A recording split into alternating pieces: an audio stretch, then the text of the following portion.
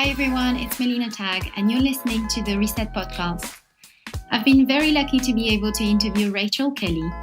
Rachel is a best-selling writer, mental health campaigner and public speaker that I'm sure you've seen on TV or heard on the radio. I really love her work. She's a very smart and inspiring woman that I've been following for a long time. She's an official ambassador for Rethink Mental Illness. With 1 in 4 people having a mental illness in the UK, I thought we should open up the conversation on Reset, where we work hard to give you the best advice and online courses with our wellness experts on how to improve and transform your well-being. Rachel Kelly is a survivor from depression. She now speaks publicly about her experience and recovery. Over the years, she has developed several practical tools to improve her mental health. Let's learn how to stay calm and well, and how to walk on sunshine, which is the title of her last book. Hello, Rachel. Hi. Thanks for joining me on the podcast. My absolute pleasure. So today's conversation is about mental health and how we can improve our mental health. And we're going to give away a few strategies around that. The first thing that I wanted to talk about is your story. You have an amazing story. So I think it will be a good introduction to have to get to know you, understand what you've experienced, and what kind of solutions you found to improve your mental health. Yeah, absolutely. Because, why am I so passionate about this area? I think the reason is that I have personal experience of suffering from severe depression. So my story really begins in 1997, which is kind of a long time ago now. But at that time, I was working in the newsroom at the Times newspaper, and my husband was working in financial services. He was like a junior banker at Goldman Sachs. So we had demanding jobs, fun jobs, but definitely a lot on my plate. And I was enjoying life, but I was also quite anxious. And basically, what happened was one night I couldn't get to sleep. And with this insomnia came some quite alarming physical symptoms. My heart rate speeded up. I remember feeling very nauseous. I was very frightened. I had a very nasty feeling that I was falling. And my mind was racing, and I was thinking, well, if I can't get to sleep, I won't get to work. And I can't get to work. I can't pay the bills. I can't pay the mortgage. I'll lose the house. It will all be over. The children taken away. This kind of thinking is called catastrophizing. Anyway, the next morning, supposedly being a kind of quite high functioning person, I thought, right, refasten activity to its normal timetable. I'll breakfast at breakfast time, lunch at lunchtime, dine at dinner time, and I'll sleep at night time.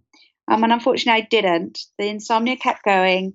I felt iller and iller. And after 3 days and 3 nights, I found myself in hospital, and I was amazed that it was a psychiatric hospital and that I was diagnosed as suffering from a severe anxiety-driven depressive episode. To cut a long story short, I had a very serious episode. I was very ill for around 6 months. I was in hospital. I did get better, but I then had a second very serious episode. And that time I was ill for a couple of years. And so it was this experience of being so unwell that has led to my own journey of trying to find out more about good mental health. Okay, that's really tough, and it sounds really difficult, everything that you've gone through, especially if it happens twice. What did you do to recover from this, and how did you move on from this experience and from this anxiety and depression? Really good question. So back in those days, the main treatment for mental illness of my kind, depression and anxiety, was a drugs-based approach. Nearly 20 years on, nothing has changed. A medical approach is still the main approach within the NHS. You might get a little bit of therapy if you're lucky, cognitive behavioral therapy. I wasn't given any therapy at that stage. I was given strong medication. So I was given sleeping pills to deal with the insomnia. I was given the kind of antidepressants which kind of slow you down, because my kind of a depression is a kind of anxiety and a sort of doctors call it heightened anxiety. Other people can have depression in different ways, kind of like a lassitude, a low mood. Mine's this kind of franticness. So I was treated with drugs, and I did get better. I did get back to work, and again, the second time, again, I was treated with a lot of medication. But what I became more and more interested in, well, what were the other approaches alongside medication? Was there anything I could do for myself to look after my mental health? Because I don't know if any of your listeners, have suffered from mental illness, but it's very challenging getting the kind of right care that you need from the NHS and getting appointments with psychiatrists, even getting the right kind of therapy. So, medication is a big topic. I have benefited from it, but I would always say I do feel that a much broader, more holistic approach is much more now what I believe in. Yeah, for sure. Yeah. I believe this too. And so who introduced you to sort of alternative ways of doing something for your well-being or get better?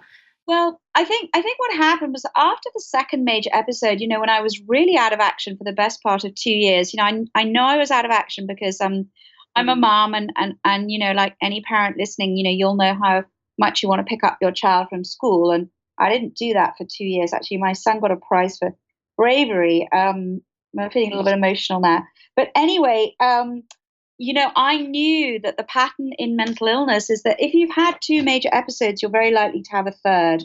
It's a bit like if you've broken your arm twice, you're quite likely to break it a third time, because that arm is fragile and vulnerable. So I decided that I would almost become like a mental health correspondent. I would really try and find out, what could I do to look after myself? What were the good evidence-based strategies? And sort of how could I build up a toolbox really of different approaches? So that was really, I suppose the last 6-7 years, I've really been investigating, where are the good evidence-based strategies? I've been working with all sorts of different experts, sort of, pulling in different strategies, some of the mindful strategies, some of the therapeutic strategies, some of the nutritional strategies. Yeah, and I kind of build up a big toolbox. I mean, one of the big advances was when I decided to change my diet. That was a really big step forward. Can you tell us a bit more about that? Yeah, so what happened was on this kind of exploration really. I think it was about 5 years ago. I went to see my GP because I was still suffering from some of the symptoms of anxiety and depression, like bits of low mood, like bits of insomnia, classic signs of still not feeling that well. Often I had like a brain fog. And so we were chatting through what I was doing, and by that stage, I was using some of the mindful techniques. I'd been on a mindful course, and that was helpful. And I had some therapy, and I sort of looked at some of the sort of psychological underpinnings of my own depression, and also what I could do. But as I was leaving, she said, "What about happy foods?" And I said, "Well, what do you mean happy foods?" And she said, "Well, there's some interesting evidence now around the effect of nutrition on mental health. And the three things I would recommend would be oily fish, dark green leafy vegetables, and dark chocolate." And I was just electrified. I said, "Wow, that I've never heard that before. Tell me more." And she said, "Well, I can't really, because, a GP in the NHS gets like 2 hours nutritional training and a 7-year training, and I don't really feel qualified." So that was when I, decided to team up with a nutritionist who was very interested in this area, a wonderful woman called Alice McIntosh. She holds a degree in nutritional therapy from the UK Centre for Nutrition Education. She also holds a degree in biomedical science from Leeds University. She runs her own clinic in London. And I went to see her and I said, "Look, Alice, can you help me out? These are my symptoms. I still don't have much energy. I don't sleep well. What are the nutritional interventions that could make a difference?" So it led to a very happy journey. We spent 5 years together, and in the end, we did our book together, The Happy Kitchen, Good Mood Food, which was looking at 150 different studies of where was the really good evidence about what you could do to eat for happiness. There's just so much information there and in the book, but there are a few absolute sort of key headline changes that I made, and I think I found it such an exciting approach because I think, when you're relying on doctors for medication, and as I say, I've used it and it can be crucial for people, but you're always having to wait for somebody else. The difference with nutrition is you can start making these changes today. And some of the groups I work alongside mental health charities now. I'm an ambassador for Sane and Rethink and Young Minds, and some of our Good Mood Food workshops. Some of the people who are suffering, we're seeing changes in almost one day.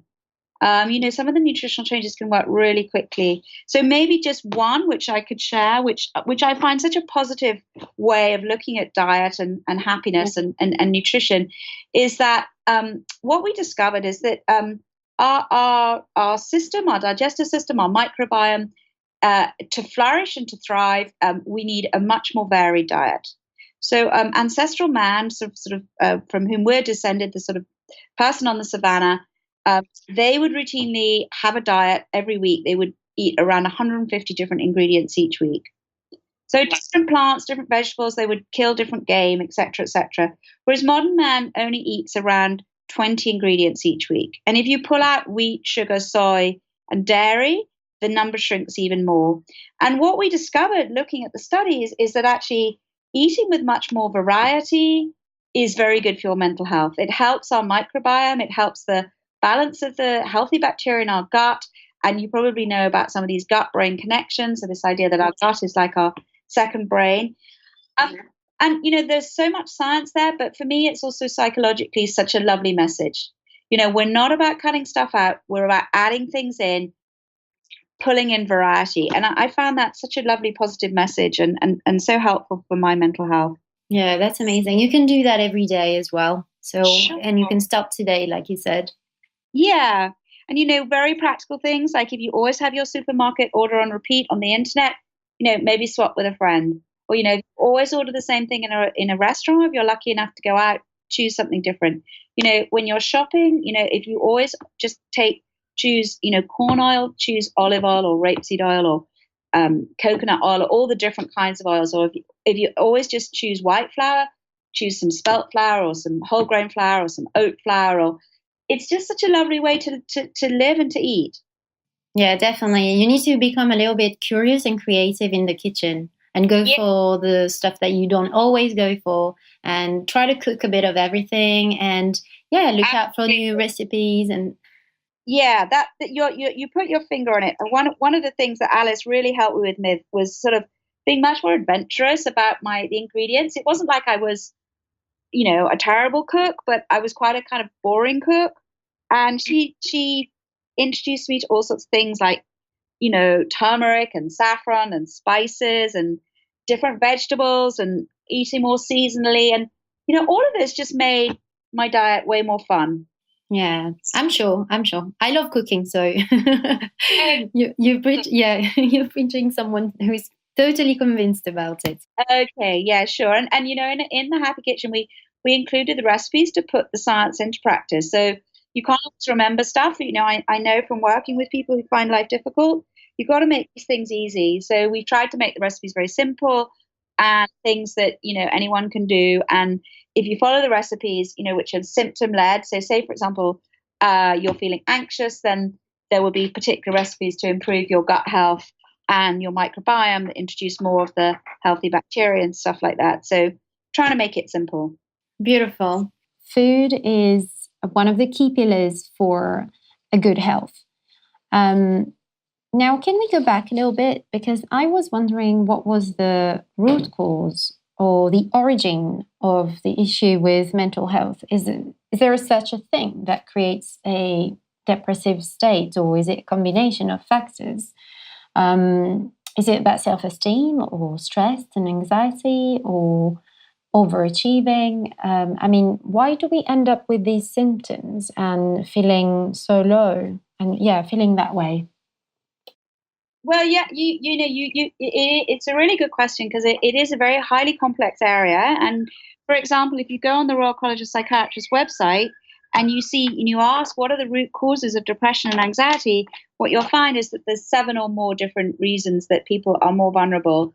So you mentioned some. Stress is definitely an incubator for depression and anxiety. That's definitely one. Big life changes is another. So like bereavement, redundancy, divorce. There seems to be something around people being vulnerable around times of big hormonal change. So we see this with adolescents, see it with postnatal women, we see it with menopausal women, menopausal men. There seems to be something around our hormones and how that affects our anxiety and our depression. We think there's probably a genetic link now. This is a big new area of research. We seem to have found for sure that there's a genetic link for schizophrenia. There seems to be a genetic link for bipolar. We're looking at more a genetic link for depression and anxiety. So I suppose the way I now understand my own experience and what happened to me, because at the time it just kind of happened and I didn't really think about why it happened. It was just kind of like I was just dealing with it. But when I look back, I imagine it now a bit like a slot machine. I think that if we have a certain number of these kind of predispositions or sort of vulnerabilities, if they line up like a slot machine, like when you get 3 lemons in a row or 3 oranges in a row, that can tip you into a major episode. So for me, there was definitely a kind of hormonal link. I'd recently had our second child. I was vulnerable about that. So that sort of ticked the hormone box. I was definitely stressed. I was working in a newsroom. I could get a call from a news editor at night, 9, 10 o'clock at night. I was meeting deadlines. It was a very demanding office. So, stress was definitely a big factor for me. And sort of allied to stress was definitely a sense of overwhelm, overtrading, doing too many things. There's something as well about gender differences. We know that women are a bit more vulnerable to depression and anxiety than men. There seems to be something about women trying to please. They take on many different roles. I think that was relevant for me too.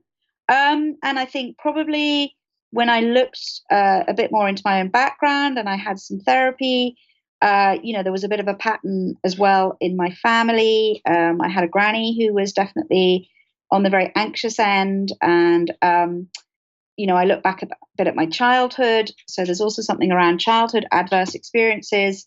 I was quite an anxious child. So in the end, there was a lot of different things that lined up that meant that, I sort of, I crashed. And I think equally when you think about, how to have good mental health, I definitely now feel that, you need to pull in lots of different strategies. It's not enough just to have therapy and work at some of the psychological things. You also need to think about some of the physical things. And actually, I think it's a bit of a false division. I think that's a big shift for me as well. I think I used to think that, physical health was here and mental health was here. And now I think they're much more indissoluble. So I've kind of worked along a lot of different strategies and approaches. Yeah, you know what? I think you're brave to have taken the bull by the horns, like they say, because it takes guts to self-analyze and do something about it. That's very sweet of you. I mean, yes, I think there is something about that. I think that it sounds really weird, but in some ways I was lucky to be so unwell because it sort of forced a change on me. I think if I'd been less unwell, I could probably have kept going as sort of low level, sort of surviving, not really thriving. So I suppose the gift in a way of what happened to me is it's kind of got me to a place where, I really feel I'm thriving now. And what do you think we don't talk about stress and anxiety and depression? We don't know much until it affects us, and we don't talk about it amongst friends and family that much. We don't see panic attacks coming, and we don't see depression coming. There isn't enough conversation about that. Why is that? No, well, you're absolutely right. I think, for decades, if not centuries, we have concentrated more on physical than on psychological and mental health. This is reflected in the NHS, in budgets, in priorities. It's absolutely reflected in research. The research budget for mental illnesses is tiny compared to the research budget for physical illnesses. We have a chronic sort of understaffing of staff and medical expertise, from psychiatrists to psychologists to therapists. So right across the board, even in the charitable sector where I'm involved, huge underfunding of mental health charities compared to physical health charities. So we have a kind of systemic problem that we don't prioritize in many areas, as you say, taking stress, taking anxiety seriously. I think it's beginning to change, just partly because we have such a problem. I think it's also beginning to change because in the past, stigma has been a huge problem.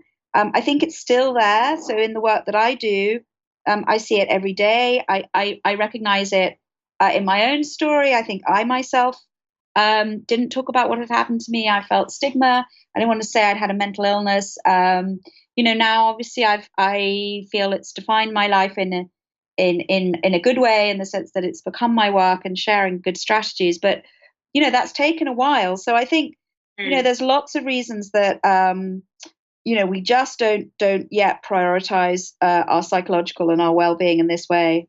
Yeah, no, definitely. There's a lot of room for improvement. Yeah, no, absolutely. I mean, it is beginning to change with things like the royals coming forward with Prince Harry and the Heads Together campaign. I'm very proud to be an ambassador for Young Minds, which is one of the Heads Together charities. We're beginning to make some improvements, but there's huge areas where we're really miles behind, particularly in the workplace. We were chatting about that briefly before we started our podcast. There's a lot of stigma still in professional service firms. People don't want to be seen to be what they perceive to be weak. Yes, and it's also partly coming from education and childhood and society in general, how we've been educated to behave with each other, or how we've been even trained at work, etc., etc. You make a really good point. I mean, why is this stuff not on the curriculum at school? I mean, we could really think about how, I don't know, if you were studying Romeo and Juliet, we could think a little bit more about suicide in our society.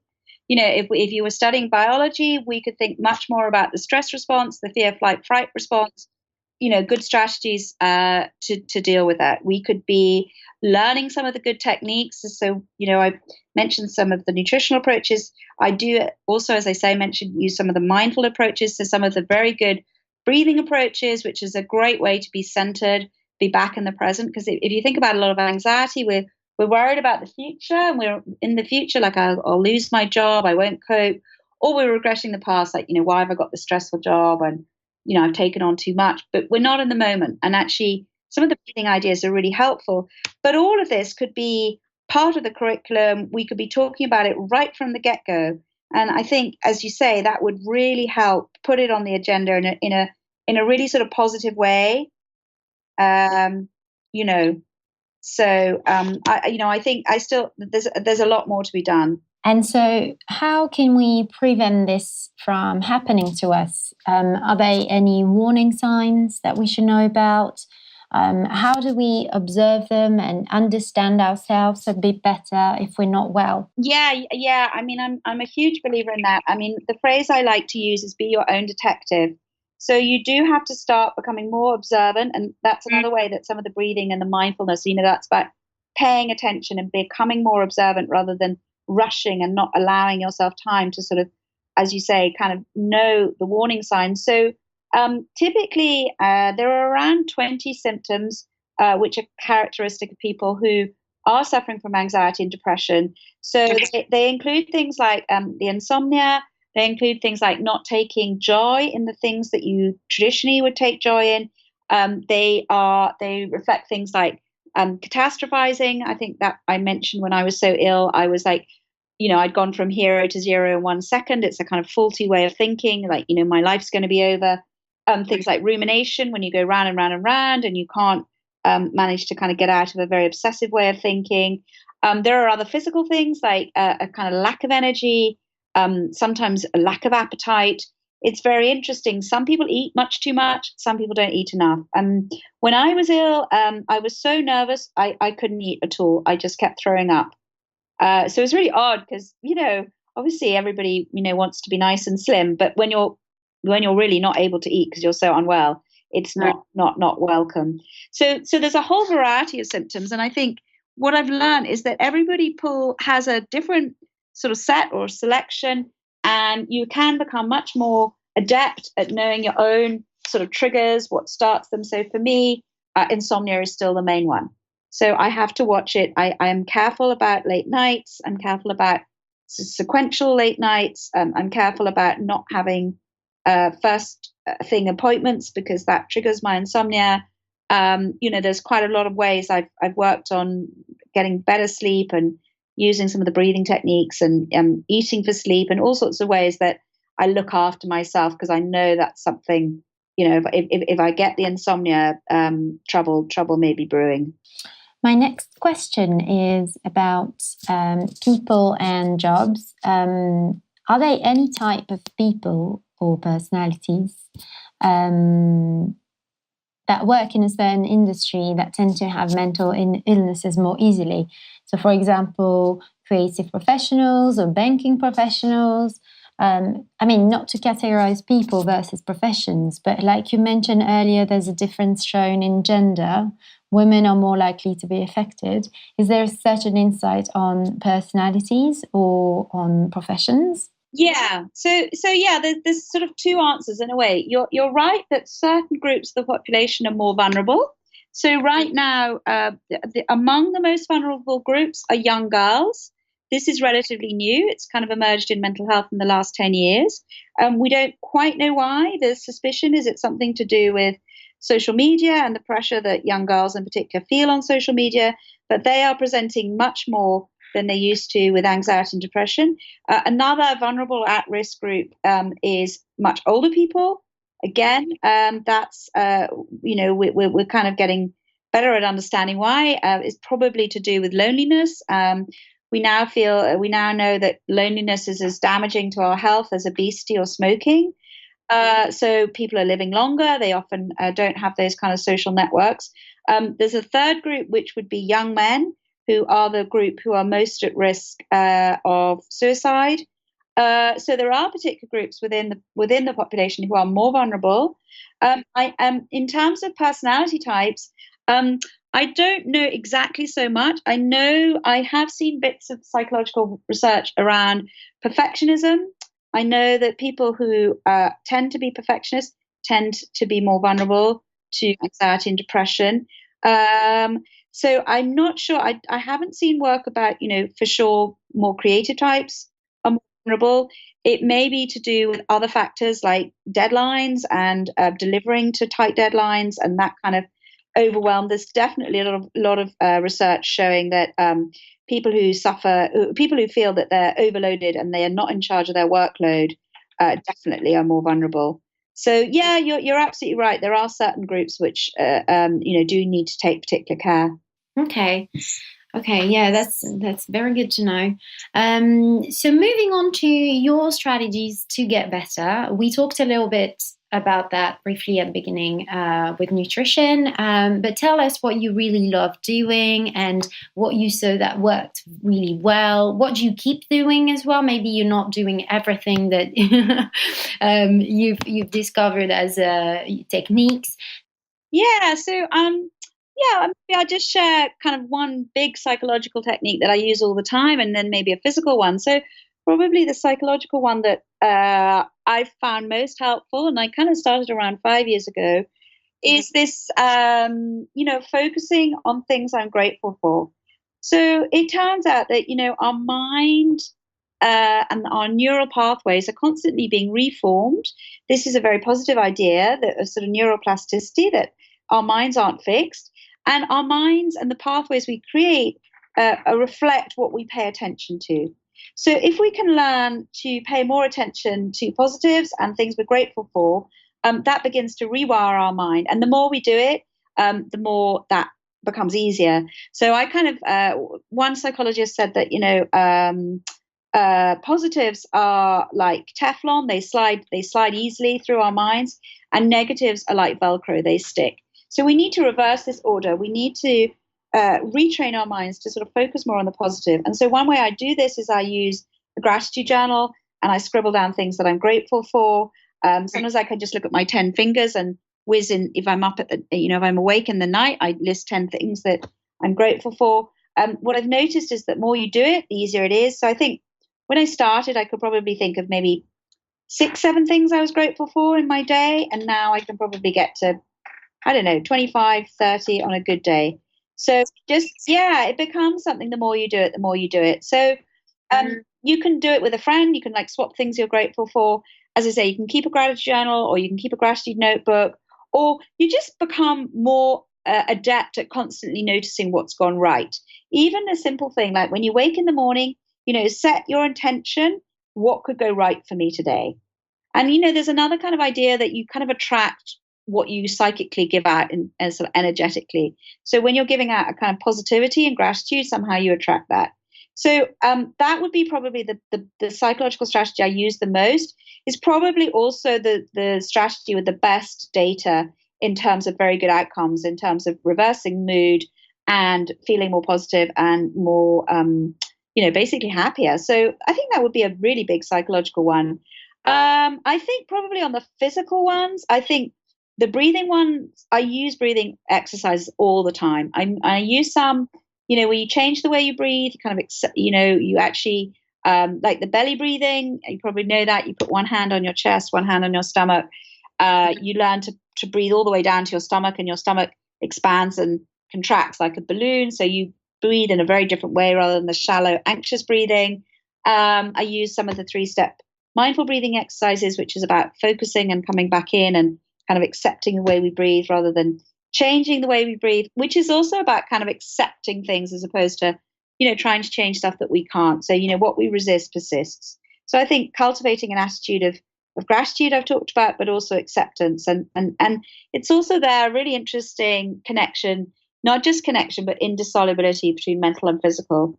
And then, I think on some of the physical strategies, it's obviously exercise is a no-brainer. If you could bottle it, it's just got fabulous data about how much it affects us. I think for me, I like to think of it as movement. So, it isn't so much taking a yoga class at lunch or going for a run, which are great, but it's actually in your day-to-day life introducing much more movement. So whether that's like you have an alarm on your phone, you get up every 45 minutes, just moving off a sedentary lifestyle, walking to the further cloakroom, or, introducing a bit of walking in your commute, or a bit of biking, or just the fact that your whole day is, dotted through with movement all the time. So it's a kind of different way of living, really. So I think that's how I kind of have changed how I feel about, my body and movement and exercise. That's amazing. It sounds like it's also more self-care in general, right? Yeah, absolutely. Absolutely. I mean, I think that there was a big psychological shift for me, which was moving from sort of thinking always, and I think maybe there's a female dimension here, you've got to always look after other people, look after your partner, look after your children, look after your colleagues. But actually, it's the old cliche, put your oxygen mask on first, on the plane. If you don't look after yourself, you can't look after anybody else. And I think the other image I always like is your heart. Your heart pumps blood to itself first, and then it pumps blood around your body. So, this isn't selfish, this isn't narcissistic. This is actually about making you okay so that you can make a difference to others. Oh, that's so lovely. So good. And so last question, because we need to wrap up soon. What's your number one thing to improve our well-being? Maybe do every day. I know you mentioned the gratitude journal, and you also mentioned exercising. Is there anything else like? Well, I think a really simple thing, which I love, is find yourself a mantra or an inspirational quote that in a way can define. The Japanese talk about your ikigai. I don't know if that's pronounced right, but it's kind of like your purpose. And I think when I was very, very ill and I was in hospital and, I was screaming and I was suicidal, I want to die, I want to die. And my mom was with me and she started softly repeating this mantra. And actually it comes from the Bible. It comes from Corinthians. And she just kept repeating this phrase, my strength is made perfect in weakness. My strength is made perfect in weakness. My strength is made perfect in weakness. That's my mantra. That's my purpose. I was very unwell, but it's made me stronger. And, I use that all the time as a kind of way to come back to my purpose. And what I'm now trying to do with my life is that I'm trying to share, how our weakness can become our strength. Thank you so much, Rachel. My pleasure. Thank you. And thank you so much. It's been a total pleasure to talk to you. Et voilà. Another incredible story, an incredible woman. Rachel Kelly's books, The Happy Kitchen and How to Walk on Sunshine, are available on Amazon. If you want more information on mental illness and strategies to overcome it, you can visit rethink.org, a charity that raises awareness and helps people to improve their mental health. Now, in the next podcast, we talk about eating intuitively. Stay tuned.